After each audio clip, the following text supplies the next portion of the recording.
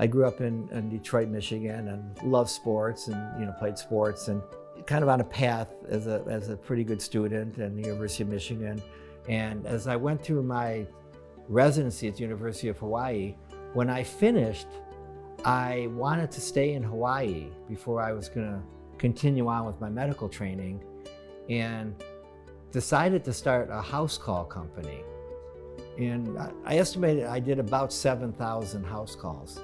And the majority of those were to local residents. So it was really a great education for me about the people of Hawaii, about the different neighborhoods. I'd go everywhere. I'd go out to the North Shore.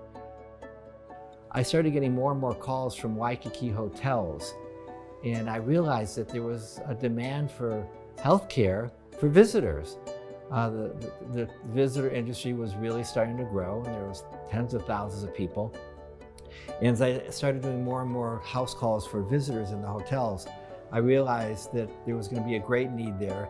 And if we could bring, really prompt, quality, affordable healthcare to the visitors, that could not only be a great business for me, but it could be very gratifying, and also a great sense of aloha for the visitors to know that there's medical care available and they're going to be well taken care of while they're here. So it kind of evolved into a Waikiki business. It was always a healthcare clinic and system that saw half of the people were always from Hawaii. A lot of those were hotel employees, but not exclusively. So it's always been a medical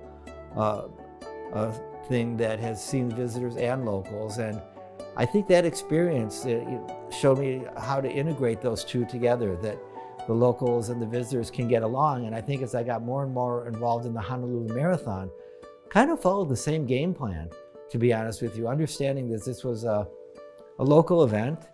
It already had deep roots in the community, and that as we began to grow the event, we began to grow it for more and more people from outside of Hawaii, but being very careful to retain the unique Hawaiian nature of the event.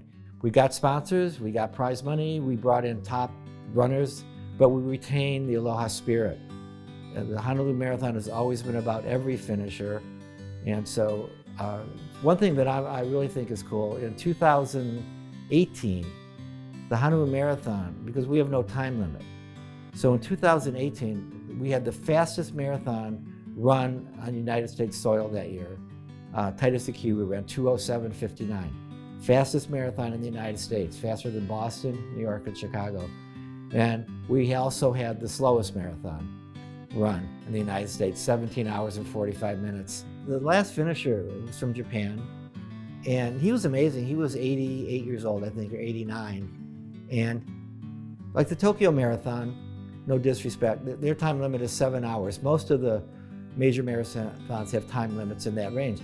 Here's the guy out there 10 hours longer. And it was so memorable, not only for him, because I'm still talking about it. And so we really appreciate that the community, if they don't understand it, always accepts it.